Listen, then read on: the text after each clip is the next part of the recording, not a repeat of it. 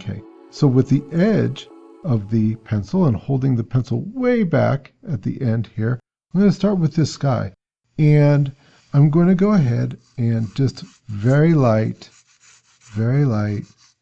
going in one direction, just nice and horizontal, because that is the texture that's going to read the most as sky.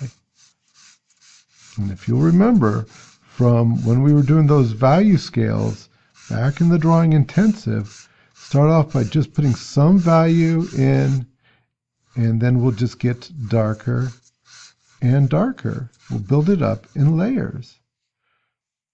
Okay, so layer 1. Now let's get it a little bit darker towards the top here. And maybe even darker towards the top. And I always point this out, but let me point it out again. I am not drawing from my wrist. You're going to make arcs if you do that. You want to draw from your shoulder. In fact, I'm drawing from my waist, I think. My whole body is getting into this. And that's how you're going to get perfectly straight lines. Yeah, draw from the shoulder. All right, so we've got that. And then I want to soften that up a little bit. So one good thing to do is I could just take a little paper towel, like so. Some people take the paper and they take a piece of paper and they roll it really tight. That works really good too. Or, hey, I guess you could just use your finger if you got nothing else. But I like the paper towel. Works for me. Okay. And we've got this. Just nice. Rubbing that in a little bit. And it's getting nice. And there we go. Isn't that nice? Nice and smooth. Oh, just like paint. And a little bit of lines that are left, they're not distracting. They're not going every which way, every crazy direction. No. And that'll be nice. Maybe even a little bit just around the sun itself. And the last one, I gave it some light rays. I don't think I'll do that on this one. I'll just erase that out a little bit to make it nice and bright right where that sun is. Okay, cool. And the water, well, I'm just going to take a little bit of strokes going in this way, and maybe some strokes going in this way, but leaving that little sheen down the center.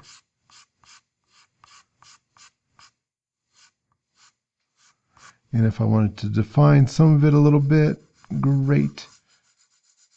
But you'll notice once again that I'm not holding my pencil at this point, at least. Not right here.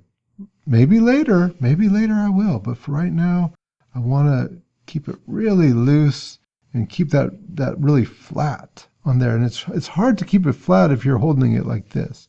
That's why holding it like this keeps it, well, flat. I don't know how to show that on camera any better than what I am. And so we got those, maybe even coming in a little bit of an angle there. Give it that wave sort of look. And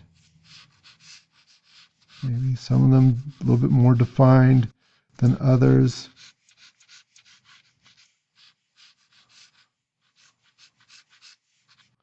And maybe even a little bit darker. Ooh, a little bit darker from the edge here.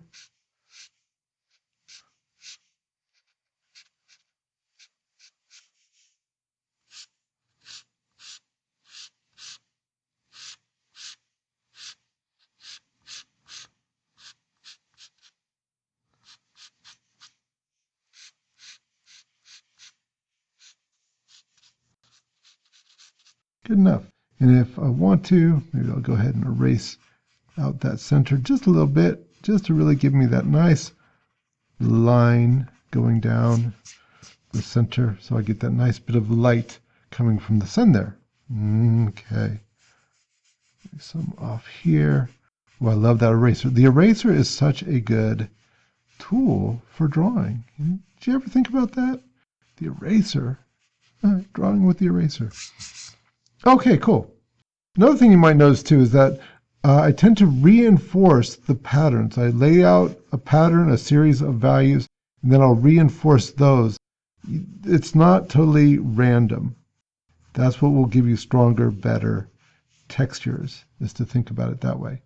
All right, good enough though, good enough. Let's move on. So, with this one here, since I did make what's back here, my hand would have a tendency to go right here. So if I did that, if I let my hand just relax, boy, I'd smudge the heck out of that, wouldn't it? Ruin all that good work. So I might have to be a little bit more conscientious. I might even do something like this. Like, look, here's a roll of tape, but it could be anything. And I'll just put this nice and clean, right, off to the side. And then I can hold my hand on here or on here, and that's going to keep it off of the paper. Ooh, that's a nice trick. Or sometimes just being strategic about where I put my hand so that I'm not smudging that. You have to have that awareness, that consciousness about it. All right. So, well, we'll just begin up here with this roof. And once again, I've made these drawings really sort of the kind of thing that are really nice and textury, but simple texture. So you think about a straw roof. If you've ever been to a tropical place, or if you've ever just seen a picture of a tropical place, you know those grass straw roofs and how they would go. And if you remember from the texture lesson in the drawing intensive, that things tend to clump, right? Everything tends to clump, whether that is the hair on your head or the galaxies in the universe, they all tend to clump. And so, as I'm drawing this, by clumping these, it's making a pattern that is actually more believable. All right, add a little bit of, so I've got my texture in there, but I also want to shade for color as well.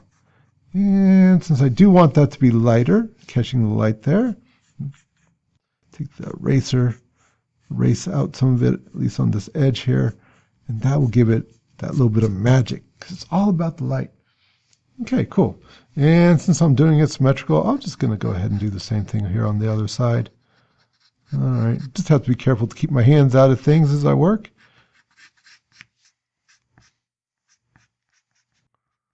All right, there it is. And erased out a little bit of that to give it a little sense of light. And now, how about underneath here? So if these are just these long strokes, that was easy enough. How the heck do I make the ends of the grass there? Well, I guess in the end, I have to just be the grass. And so I'm going to just set up a pattern of all these little, tiny little scribbles. And that is eventually going to read pretty well. Will it be perfect? I don't know. Will it take a while? Probably. Pretty sure I'll be editing this part so you don't have to watch me drawing 1,000,001 of these. But it doesn't take that long. And your artwork is forever, whether that's the lessons that you learn or the actual physical piece of artwork that you maintain. That's a forever thing. So why not just take that extra 5 minutes or whatever it is to do a really good job of something?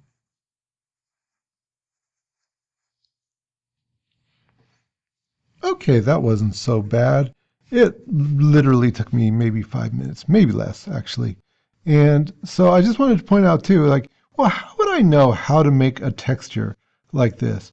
Well, whenever you're drawing, it's really two things. You got to think about things logically. Well, if this is cut grass, then of course the grass on the ends is just going to be, all the little circles that make up the grass.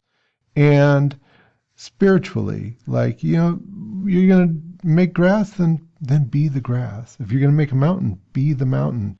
I know that sounds silly, but it's the truth of it.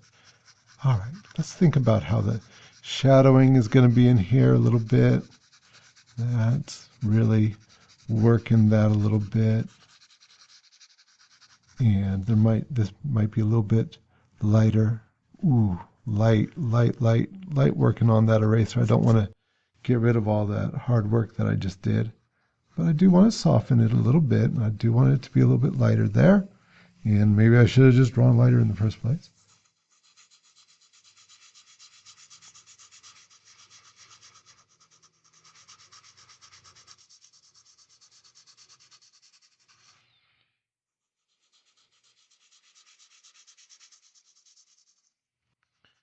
Alright, and you can see how that's already starting to work to give me a sense of light, a little bit of magic, that this is all lighter towards here and getting a little bit darker as it moves away. And you know what? Here, see, look at my eraser right now. It's not as being as effective as I'd like it. It's dirty.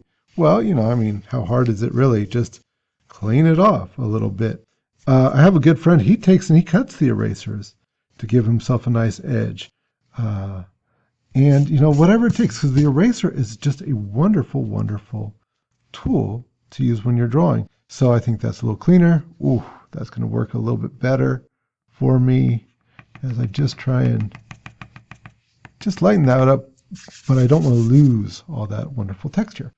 Okay, so now the walls are going to be pretty much the same as the roofs were. It's just a bunch of grass shacks after all.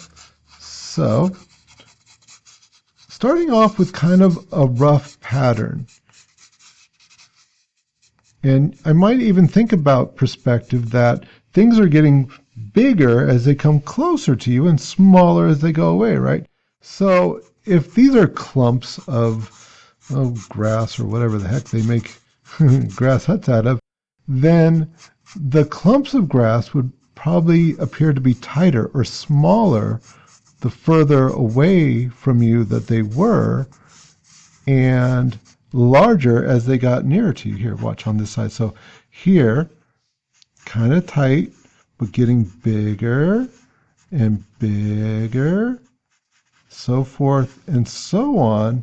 As it's coming towards me, you see the gaps are getting wider there in between where I'm going to be making those clumps, and that's really going to reinforce the idea of the perspective. Okay. And so once again, patterning. When you're making a pattern, a texture, really good idea most of the time, not all the time, but most of the time, to reinforce the pattern that you have. So you can see that where I drew those initial lines, where I was kind of defining where clumps would be, I'm not randomly just going other places. No, I'm going to reinforce and use those.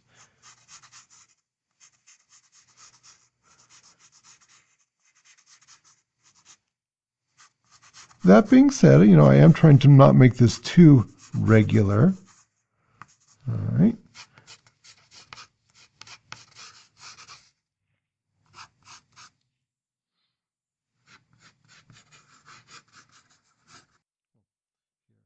I'm having to physically hold my hand up a little bit because I don't want to get this area.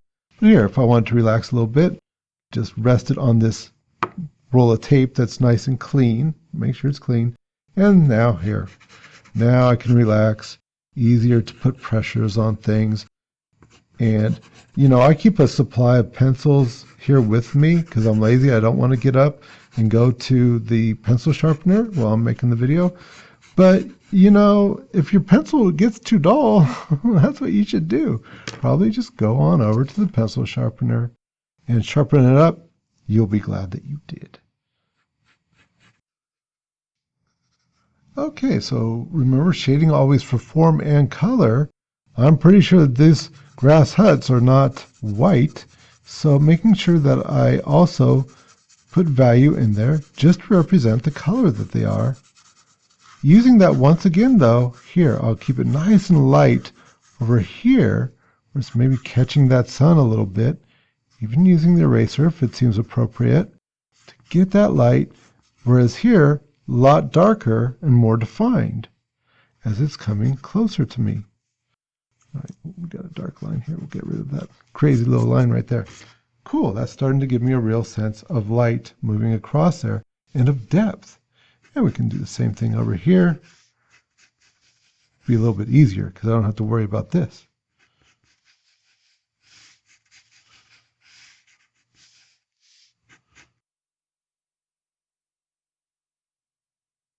Okay, so here's a good trick.